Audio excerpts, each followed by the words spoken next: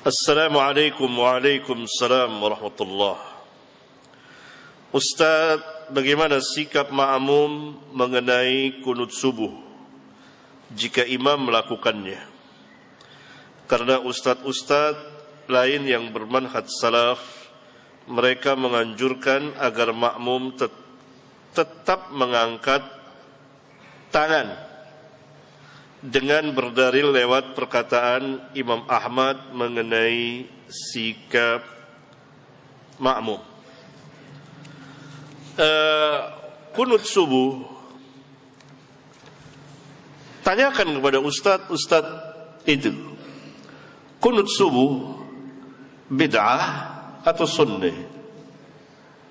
Itu pertama. Kalau sunnah menurut mereka ahli kunut. Itu harus tahu dulu. Menurut antum, kunut subuh itu sunnah atau bid'ah? Kalau jawabannya sunnah, halas. Berbeda antara kita dengan mereka. Kita mengatakan kunut subuh itu bid'ah. Jika mereka mengatakan tidak ada ulama yang membid'ahkan, apa jawaban kita? Apa jawabannya? Enggak, apa jawabannya? Jawaban pertama, ketuanya ulama telah membid'ahkannya. Siapa? Sahabat. Ya bunayya, hai anakku, itu muhdas. Hai anakku, itu bid'ah. Kalau Syafi'i, Malik, Ahmad, Abu Hanifah dan lain-lain ulama tidak membid'ahkannya, misalnya, maka ada sahabat yang membid'ahkannya.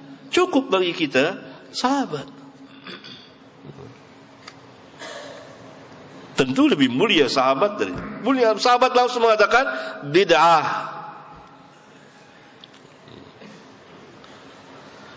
Ya.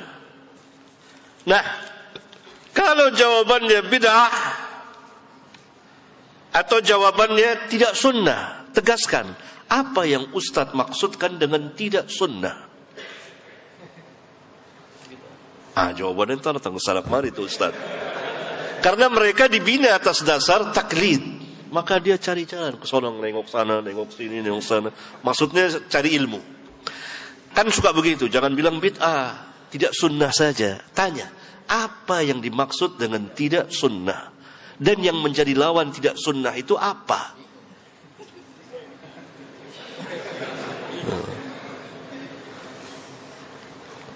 Bolehkah kita katakan usolli itu tidak sunnah? Iya, usolli tidak sunnah. Boleh nggak kita katakan usolli itu bid'ah? Iya, boleh bid'ah. Berarti sama dong. Sahih. Sebetulnya ikhwan, dalam dakwah seorang dai harus berilmu pertama, dan harus yakin dengan ilmunya, dan betul-betul membahas ilmiah, pembahasan ilmiah, dan harus memiliki syaja'ah, keberanian. Yang bid'ah, bid'ah, nggak jadi masalah. Yang sunnah, sunnah. Nah, kalau itu bid'ah, tanya, bolehkah kita mengerjakan bid'ah dalam sholat? Diperintahkah kita mengerjakan bid'ah dalam sholat? Boleh nggak? Nggak boleh. Dalilnya? Sallu kama ra'aitumuni usalli.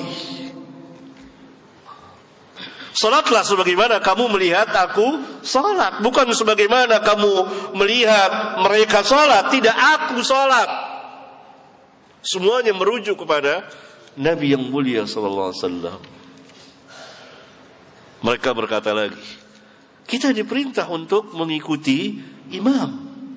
Innama ju'ilal imamu liyutamma bihi. Tanya, mutlaqan atau muqayyadan? Mutlakkah atau muqayyad dengan sunnah? Kalau dikatakan mutlaqan, berarti antum harus mengikuti imam yang mengangkat tangan lebih dari kepalanya. Gini. Berarti kita harus mengikuti imam yang bersedekap seperti ini ya. Gini. Kok antum nggak ikuti? Kan mutlaqan. Gini. Antum harus mengikuti imam. Kenapa antum di sini? Lempeng, nggak bengkok seperti ini. Antum harus mengikuti imam yang sedekapnya mendekati farjinya gini. Kan gini nih. Berarti ini hadisnya dhaif, di bawah pusar, nggak sampai ke farji bahkan sini. Berarti mengamalkan hadis dhaif dan dalam mengamalkannya tidak tepat sampai mendekati farji gini. Harusnya di sini di bawah pusar. Tapi hadis itu dhaif. Kenapa antum nggak ngikuti? Bahkan antum di sini kelebihan juga.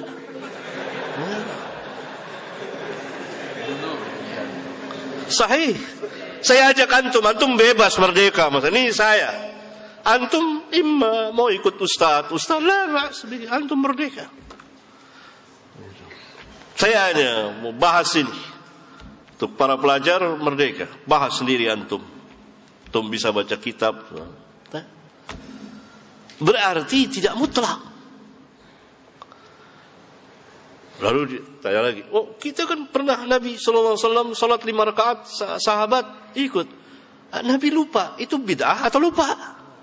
Bukan bid'ah, lupa, beda. Antum nggak bisa bedain antara lupa dengan bid'ah.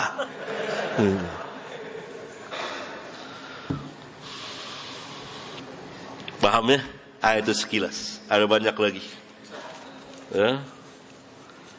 Oleh karena itu, kita tidak diperintah mengikuti imam yang mengerjakan bid'ah.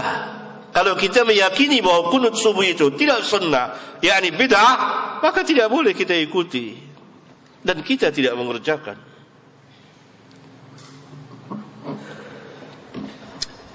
Ustaz, bagaimana dengan dalih bahwasannya untuk menghindari mudarat yang lebih besar? Karena di sebagian daerah atau di kampung-kampung terkadang masyarakat masih banyak yang belum mengetahui tentang sunnah ataupun bid'ah. Nah, ketika kita ada di antara mereka, nah ada sebagian orang yang sudah mengalami bahwasanya dia tidak ikut kunut, dikucilkan atau bahkan dimusuhi. Itu bagaimana, Ustaz? Saya tanya sama antum, pembahasan tentang kunut subuh ada dan tidaknya ini baru setelah antum lahir atau jauh sebelum antum lahir? Jawab. Pegang mic. Jawab. Jauh sebelum anak lahir. Jauhnya berapa lama? Jawab. Sejak zaman sahabat. Enggak, di Indonesia, di Nusantara. Kan kita bicara ini, antum tinggal di mana nih? Di Indonesia. Di mana di Indonesianya? Jakarta. Jakarta, bukan kampung. Taruhlah di sana, iya. Nah, kunut, pembahasan kunut subuh sampai ada tulisan, sampai ada perdebatan, itu terjadi sesudah antum lahir atau sebelum antum lahir di Indonesia? Jawab. Sebelum anak lahir. Berapa lama? Berapa lama? Umur antum berapa sekarang? 23. 23. Kemarin sore. Bahkan tuaan pengajian ini dari umur antum. Tahun berapa antum lahir? 93. 93, tuaan setahun pengajian ini. Pengajian ini dimulai tahun 92. Antum belum lahir, tahun depan antum baru lahir, 93. Paham? Saya terangkan. Biasa ya. Jangan kecil hati antum, ini biasa. Ini majelis laki-laki. Bebas antum, bebas. Merdeka. Jangan baper, jangan. Ya dibebas mereka. Saya bukan marah sama antum, bukan ini, enggak. Biasa saya antum tahu semua. Ya ini pembahasan kunut subuh di negeri kita ini sudah 1 abad kira-kira. Dan itu dari awal tahun 19-an. Bahkan bapak saya aja belum lahir kali itu. Kakek saya, kakek antum sudah ada. Jadi bukan hal baru. Bukan hal baru yang perlu ditakuti. Itu pertama. Yang kedua, kenapa antum dai yang pegang dengan sunnah lalu dikucilkan, dimarahi? Kok takut dimarahi? Hah? Ini sunnahnya para nabi dan rasul. Para nabi dibunuh. Lihat, Bani Israel membunuh para nabi. Itu dakwah biasa, hal biasa. Kenapa takut itu dikucilkan? Kenapa takut masyarakat? Padahal ini bukan hal lain, hal yang baru sekarang ini. Paham? Jadi tidak bisa, ini alasan yang sangat lemah, lebih lemah dari sarang laba-laba. Paham ya? Udah lama.